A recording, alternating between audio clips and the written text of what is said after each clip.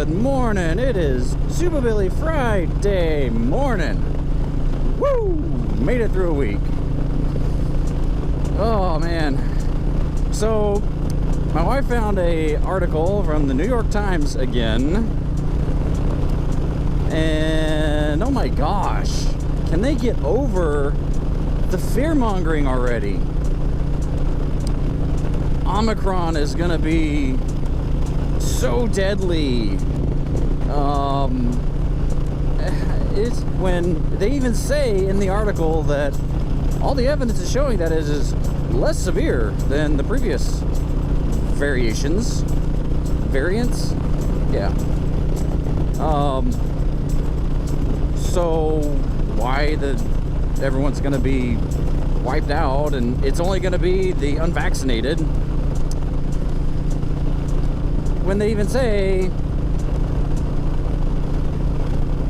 it is less severe. So my wife had a pretty good analogy relating to our real life situation. So our third kid was born with a heart defect, congenital heart defect. 1 in 100 kids is born with that. CHD is the #1 leading cause of infant death than any other birth defect combined. Okay, so this is severe. Our now 4-year-old was born with a condition called tetralogy of Fallot, TOF.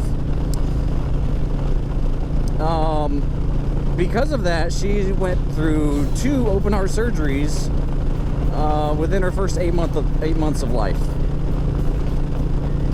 So for over a year, we were on edge because it could be fatal.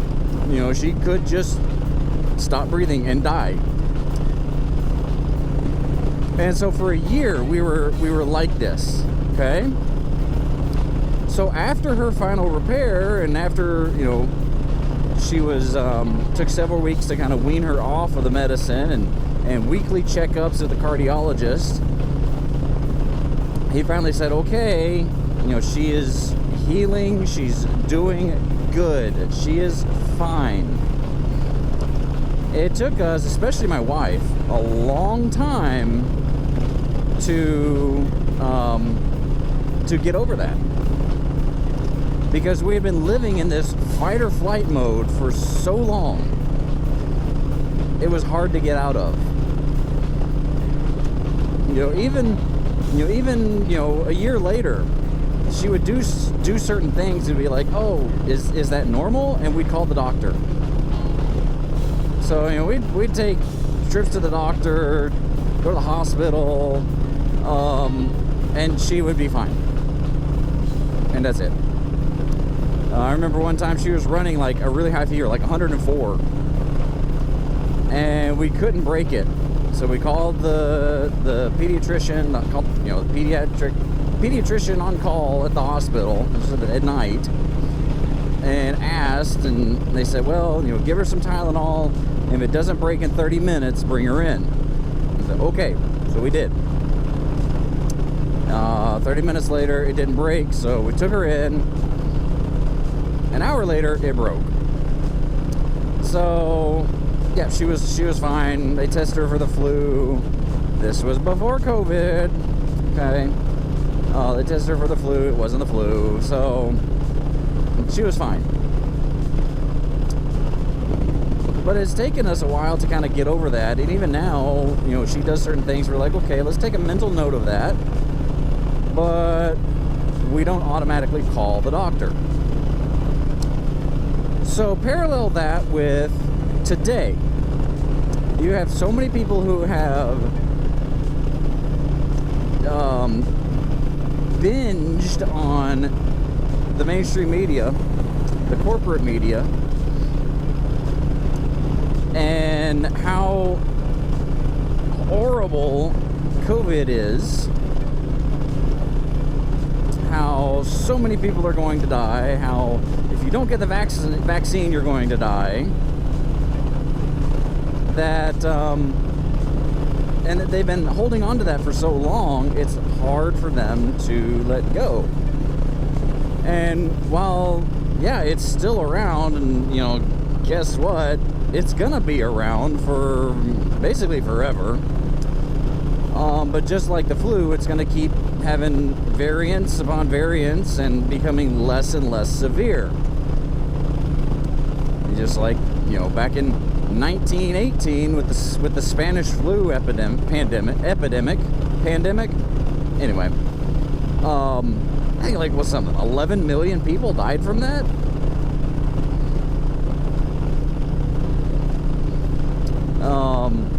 And now it's just a seasonal flu. Well, that wasn't until COVID came along and killed the flu. Sort of.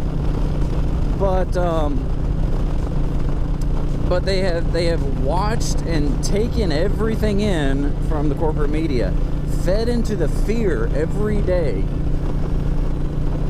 that it's hard to let go. It's hard to get back to, I don't have to live in fear. I don't have to wonder if I'm gonna catch it and die. And yeah, if you get the vaccine, it showed that you have less severe reactions. You're not immune, but you have less severe reactions. Saying that'll probably get me a strike on YouTube, but it's proven.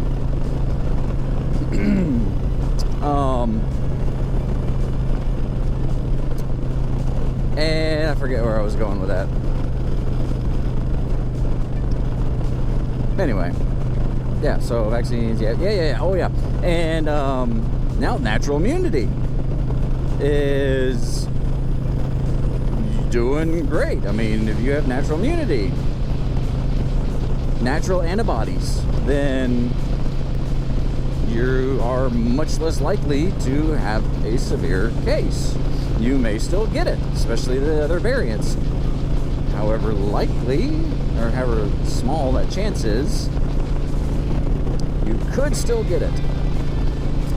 But what this New York Times article was saying is that, there's so many, a majority of Americans in red states, so basically saying Republicans, are unvaccinated.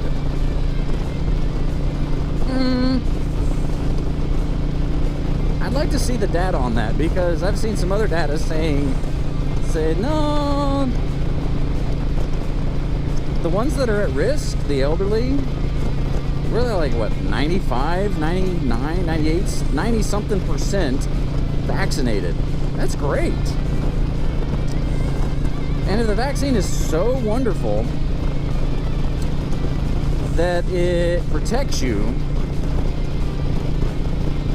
then why are you so afraid of someone who's unvaccinated? Good question. Good question. We don't have any long-term studies on this. It hasn't even been approved for emergency authorization or emergency use by the FDA for a year. I mean, they came out in January this year. So we don't even have a year of people. So everyone who's gotten the vaccine is a guinea pig. Other vaccines, polio vaccines, mumps, measles, rubella, tetanus. Well, tetanus isn't a disease, that's a infection. But anyway, all these other vaccines that they're comparing the COVID vaccine to took years to develop, years of testing. I think it was 10 years for the polio vaccine until it was widespread use.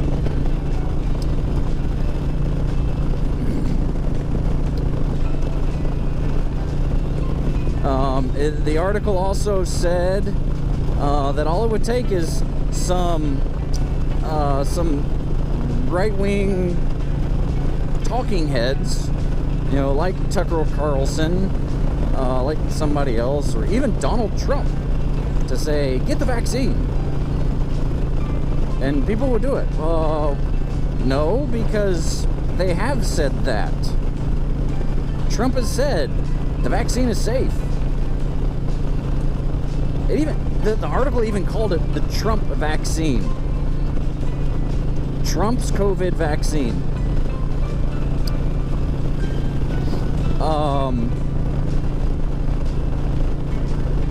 So yeah, they're giving him credit for it. But here's a question I have. Okay. Back before the election. Okay, so this is around this time last year when when Trump authorized Operation Warp Speed to get the vaccine out in record time, pretty much cut out all the bureaucratic red tape that these pharmaceutical companies had to go through. You had so many on the left, including Kamala Harris, including Joe Biden, saying, if Trump tells me to get the vaccine, if the government's telling me to get the vaccine, I'm not getting it. They said that. Now, fast forward a year later, guess who's telling us and mandating us to get the vaccine? Those same people who said, if the government tells me to get a vaccine, I'm not getting it. What switched? All of a sudden they got in power. And history has shown us, when you give power to a government, when you give up a freedom, you rarely, if ever, get it back. But people are starting to wake up now. They're waking up to the fear-mongering. I mean, CNN's ratings are just through the floor. They're tanking big time. All of the corporate media, I mean, including Fox News, is not doing well. And the left media, CNN, CBS, MSNBC, all these other ones who thrived on the Trump sensationalism. Trump this, Trump that, Trump. For 4 years, they can't let it go. They can't let it go. They're still talking about Trump. It's like, we're about a year, we're 11 months into Biden's presidency, and I mean, at what point is it no longer Trump's fault? I mean, when Obama was president, they were still blaming George W. Bush 8 years later.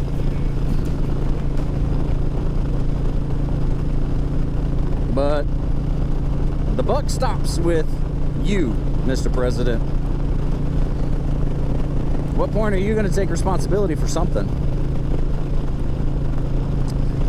Afghanistan, you promised to kill COVID in your presidency. Well, you haven't killed it. It's spread even more.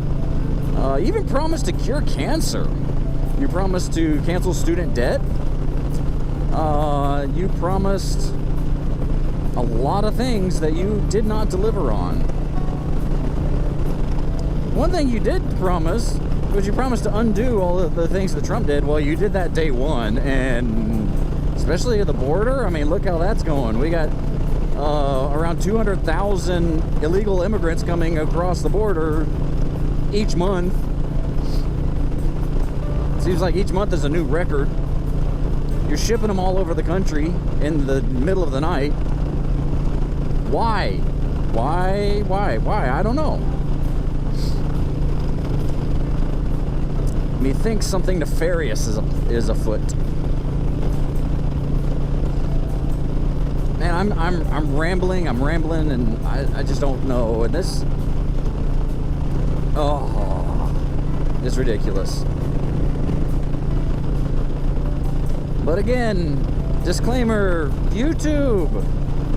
I'm just talking about the New York Times article. How the New York Times said Omicron is less severe.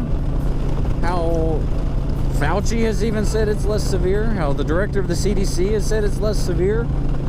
And while it may be more infectious, being less severe means more people will get it, and they'll have a bad case of the sniffles,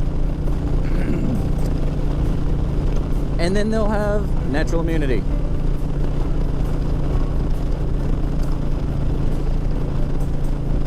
So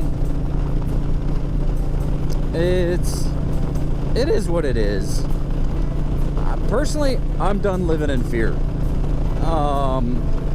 Back when it first started, like March, April, May of 2020, yeah, I mean, everybody was afraid because it was news. Like, what is this thing gonna do? But even as time went on and we started realizing, oh, well, it's not that bad.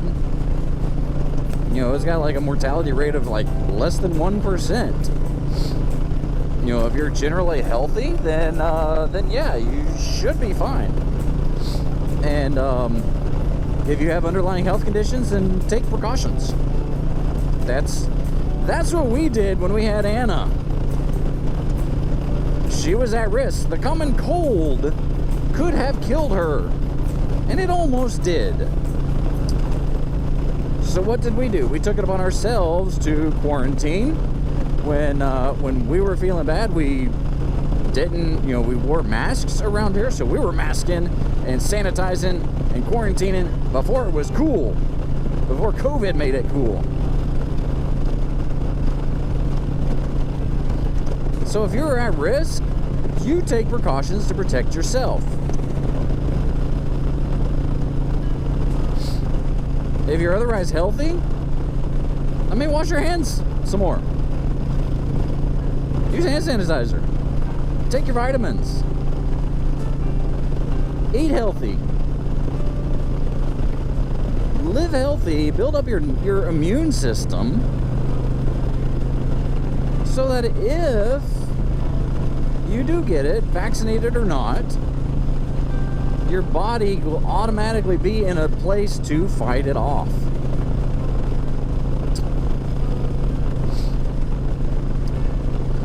I feel like I've been going on and on and on for too long. This video is probably like over 15 minutes by now. Oh, so I'll go ahead and close it out. But geez, just quit it with the fear-mongering, New York Times. It's ridiculous. You're gonna get to a point where people are just gonna say whatever, like the story of the boy who cried wolf. This is the worst variant ever. Well, no, this is the worst variant ever. Well, no, this is the worst variant ever. You know what? Shut up. Take precautions. If you want to get vaccinated, get vaccinated. If you don't, so be it.